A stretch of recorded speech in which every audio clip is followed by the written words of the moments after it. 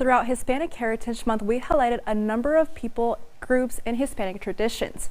Tonight, we bring you a piece of Mexican culture that's high-flying and packs a punch, Mexican wrestling. If you thought you had to be larger than life to make a difference, think again. Manny Diaz has the story. Hispanic Heritage on KTAB News is sponsored by North's Funeral Home and Brownwood Funeral Home. Colorful costumes, bright masks, and let's be honest, leaps of faith. The Chaparittos, or the small but dangerous Mexican Luchadores of the Extreme Dwarfanators Wrestling Company, are bringing big moves to the ring, along with the occasional chancla. And just in case you were wondering if this style of wrestling is fake, son de verdad. 11 puntadas. Oh, Dios. Y aquí también.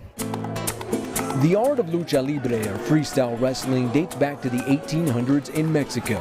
But it was in the 1930s and 40s that the style of wrestling we know today from the luchadores began to gain popularity throughout the country, something the wrestler Guerreito saw firsthand growing up. Pues ahí en mi barrio, ahora sí que de Gómez Palacio, mejor conocido como Trincheras, existe el gimnasio El Ranchero, ahí donde comenzamos a echar nuestras primeras maromas. Like Guerreito, Rey Sable, or King Sable, says his wrestling career had a similar story.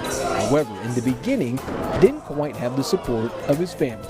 Fue un sueño desde niño, siempre fui el único de mi casa al cual le gustaba este deporte. Me costó mucho poder iniciar, ya que pues por mi estatura baja no me lo permitían en mi casa, pero una vez que lo conseguí fue muy grato para mí. Aside from the high-flying moves or the traditional mask, the essence of Mexican wrestling, colorful, some with glitter and others with wigs, a unique accessory that's sure to grab your attention from the top row. Tendemos mucho a aportar lo que es la máscara.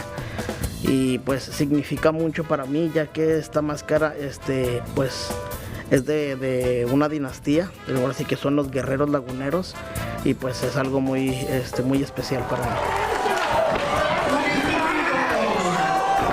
It was in 2018 that Mexican wrestling was declared an intangible cultural heritage in Mexico. And for these luchadores, it's about introducing their culture to the United States. La lucha libre siempre ha sido tradicional y cultural en México. Si se dan cuenta, van a los estadios y está metida en el fútbol, en el béisbol, en todos lados, y llegan a ver hay máscaras de la lucha libre. Creo que es algo de fomentar algo bueno todavía de la cultura mexicana y, ¿por qué no, para toda la cultura latinoamericana? So as wrestling continues to evolve, there's confidence that there will be a place for Mexican luchadores moving forward.